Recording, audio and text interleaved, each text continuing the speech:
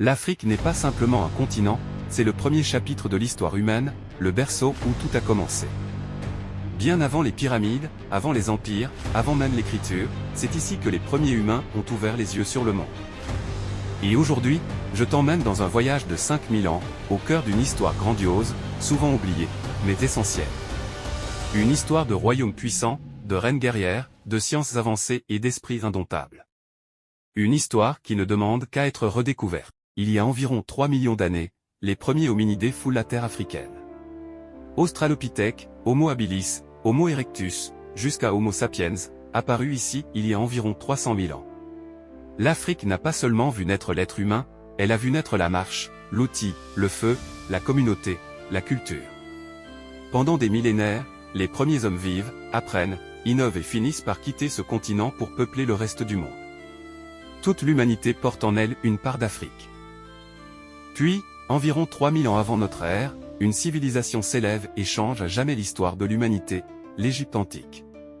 Sur les rives du Nil, des peuples africains bâtissent l'un des plus grands empires de tous les temps.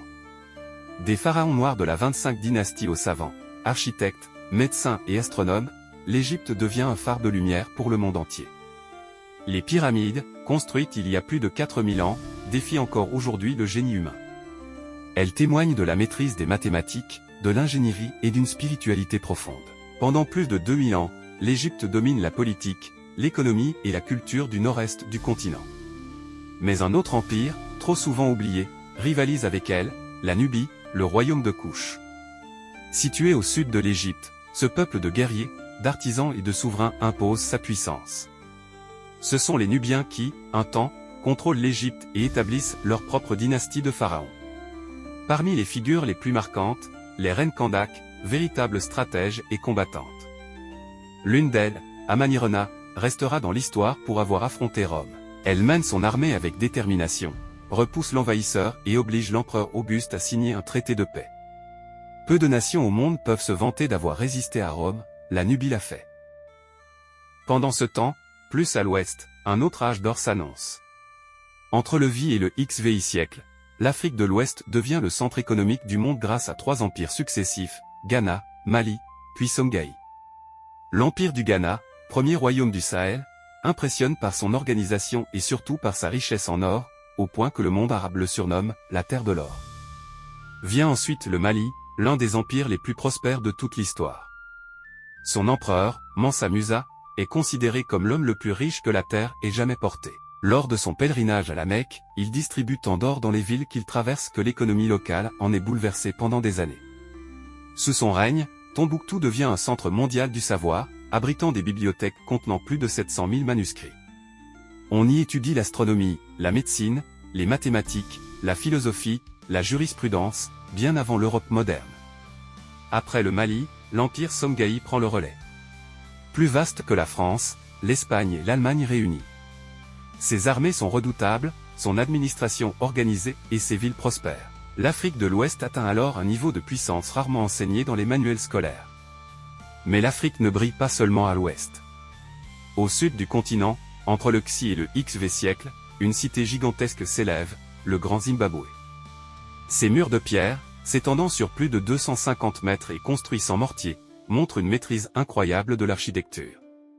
Cette cité était le cœur d'un vaste réseau commercial reliant l'intérieur du continent aux marchands arabes, indiens et même chinois. Une preuve que les Africains n'étaient pas isolés, ils étaient au centre de routes commerciales internationales. Plus à l'est, un autre empire marque l'histoire, Aksum, en Éthiopie.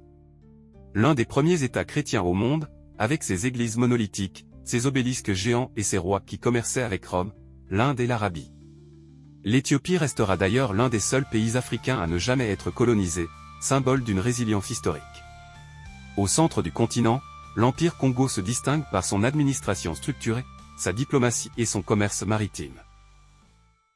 Abordons maintenant les choses essentielles, les héros les plus distingués qui ont marqué l'Afrique.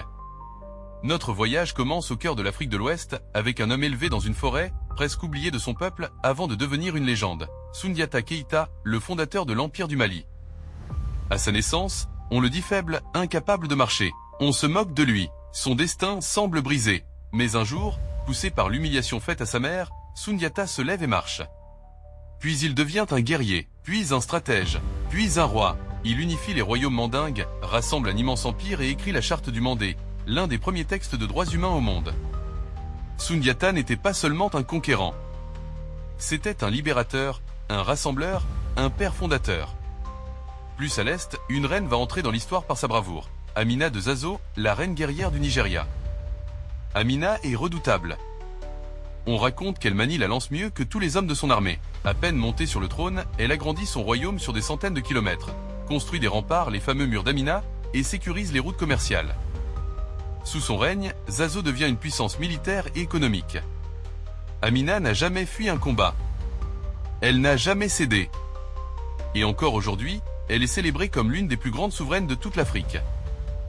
Dans les plaines de l'Afrique australe, un autre héros se dresse, Shaka Zulu, fondateur du puissant royaume Zoulou. Shaka révolutionne l'art de la guerre. Il invente des formations militaires nouvelles, modernise les armes, introduit la fameuse formation du écor et des cornes. En moins de 10 ans, il transforme un petit clan en une nation redoutée sur tout le continent. Shaka n'était pas seulement un guerrier, c'était un stratège militaire comparable aux plus grands généraux de l'histoire, capable de manœuvres que même les armées modernes admirent encore. Plus au nord, en Éthiopie, un homme simple, humble, va bouleverser l'histoire. Yohann IV, l'empereur d'Abyssinie. Face aux menaces extérieures, il protège son pays avec une détermination inébranlable. Et surtout, il prépare le terrain pour celui qui deviendra l'un des héros les plus célèbres du continent, Menelik II. Lorsque l'Italie tente d'envahir l'Éthiopie et d'en faire une colonie, Menelik mobilise tout son peuple et remporte la bataille d'Adwa en 1896. Une victoire historique, unique sur le continent, où une armée africaine moderne écrase une puissance européenne.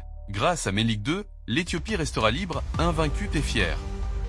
Mais l'Afrique ne s'est pas seulement battue contre des invasions extérieures. Elle s'est aussi levée contre l'esclavage. Dans le golfe de Guinée, un roi résiste avec honneur et intelligence. Béhanzin du Dahomey, surnommé le roi requin. Béhanzin refuse l'occupation française et mène une résistance féroce. Ses Amazones, les Agogiers, femmes guerrières redoutables, affrontent les armées françaises avec un courage inouï. Béhanzin, même vaincu, ne se soumettra jamais. Il reste, aujourd'hui encore, un symbole de dignité et de souveraineté africaine.